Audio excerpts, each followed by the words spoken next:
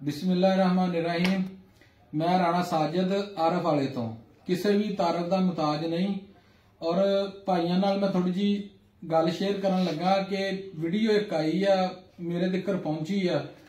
मिठू लाली आ, कोई मिठू लाली उन्हें वीडियो बनाई, उन्हें कबूतरबाजां बारे ना उच्ची दे होण जां नीवी दे होण उन्हें बड़ी गलत बकवास की। उन्होंने बारे उन्होंने नसीए गल करनी चाहिए। देखो शौक शौक आ, शौक नहीं शौक की हद तक रखना चाहिए।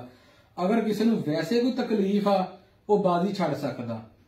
मैं उनका चैलेंज जिहड़ा उन्हें कीता जी मैं ओके करदा, मेरे ना शौक करे वो ठीक है। अगर वो शिकारी आ मेरे ना शौक करे, मेरी रैश है आरफ वाले ठीक है।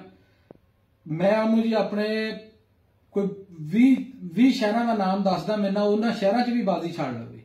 फैसलाबाद, लाहौर, आरफ वाला, साहीवाल, बूरा, मुल्तान, विहाड़ी, मतलब किसी भी चीचा पता नहीं किसी भी शहर च मैं बाजी छड़ सकता। और जिन्ना उहदा मुड जो उनकी ख्वाहिश हो मैं पूरी करांगा। अगर वो शिकारी आ ठीक आ, उन्हें साडे शौक की दिलाजारी की, ये दिलों तकलीफ हुई सानू इस गल की। शौक के बारे गलत नहीं कहना चाहिए। अगर वो शिकारी है साडे नाल शौक करे, मैं आपदा फोन नंबर उत्ते दिना तो मेरे ना अपना शौक कर सकता किसी भी शहर च। 344 04 145 मेरा फोन नंबर आ। मैनू फोन कर लवे, मेरे नाल बाजी छड़ लवे जिन्ने भी एदा दिल करदा। ते सारे भाइयों नूं मेरा अस्सलाम वालेकुम।